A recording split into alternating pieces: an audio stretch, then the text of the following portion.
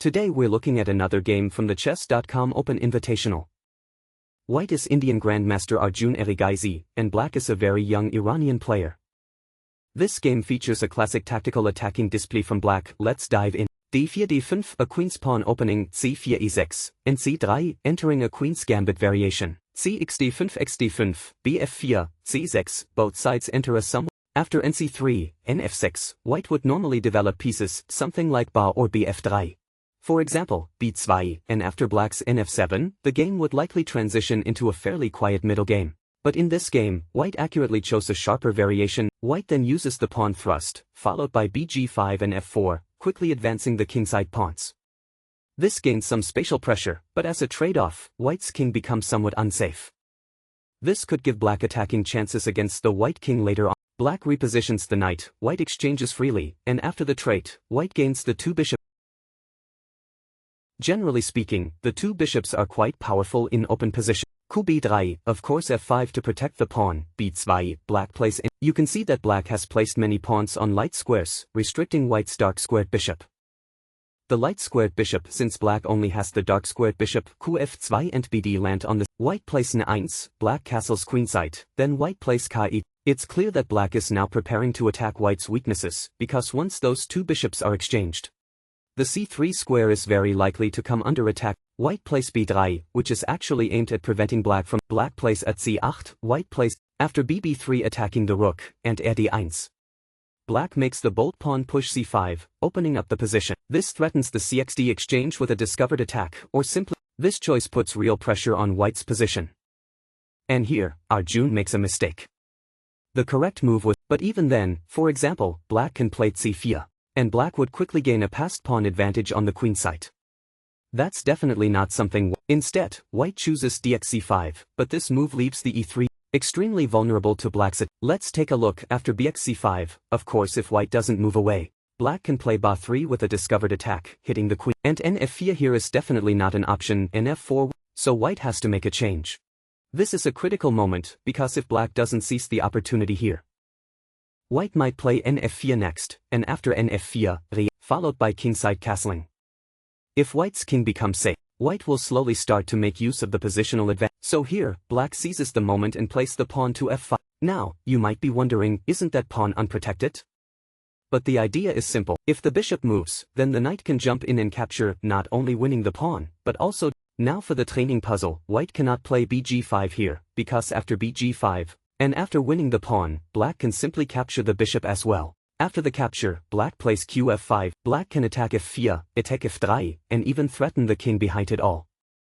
So of course, Black would have a very significant advantage. Now, White does have a blocking move, but Black still chooses an aggressive response, bf7. But after bf, using the discovered check to win the bishop back, Black still maintains a strong attacking advantage. So, n5 check, king f2, qb6 check, but the White king escaped so easily. Black could invade on the king side. So the check, White plays kf1, Black is possibly preparing to pin the knight on c3, or if White plays, Black might respond with rc3. However, this move isn't the most precise. Black actually has an incredibly powerful move here that immediately leads to a winning position. Black can play nf4. And after, both of these moves are excellent. Because if White responds with kg1, Black plays n3, a discovered check. The discovered check for, in this position, if White wants to avoid losing the queen, but after the exchange, Black ends up 3 pawns ahead. This endgame could very well be decisive. Just look at the pawn count. Black has 6 pawns. White, now, b4 can also help ease the pressure somewhat. White might still have some defensive chances, qd2. And here, choosing qf5 might be a bit of a probing move. The correct approach here is probably nf4, which could lead to a much more solid defense. For example, if 1 rupee, Black can play qd2 to target the piece, and White simply responds with kg1, because with the knight on f4, the king is. For instance, nc3 allows a knight maneuver, and after qc5, although Black still has an advantage, it's not so easy to convert the win. But since White played qf5, let's see how Black handles the position. Black plays rc1. This is a brilliant move because when the opponent's queen is on f2, after rc1, Black has 2 key ideas. Because if White plays nf4, Black can simply respond with rex1, and no matter how White recaptures, Black won't lose any material. For example, if white plays Kage 1, black can just capture, and if white plays 1 rupee instead, then the knight is lost, black just plays, so it becomes a dilemma, the knight can't move away, and on top of that, the king is in danger of being checked, while white's pieces are also severely restricted. White opts for a rook exchange, but black seizes another opportunity and plays R. Because the queen is tied down protecting the rook, it simply can't move. If white tries F4, G3, or H6, though, so there's no good option. White plays QE5, trying to trade the queen for both rooks, but black correctly responds with ND3, a powerful double threat, targeting both QF2 plus check. From this position, black is able to gain a material advantage. The resulting position is black's queen and knight versus white's rook, knight, and bishop. While the material difference isn't huge on paper, black holds two key advantages. First, white's king is dangerously exposed. Compare that to black's king's safety, the contrast is stark. Second, black has a passed pawn, that fifth pawn has absolutely nothing stopping it. Combined with the knight, black should find it relatively straightforward to convert this into a win.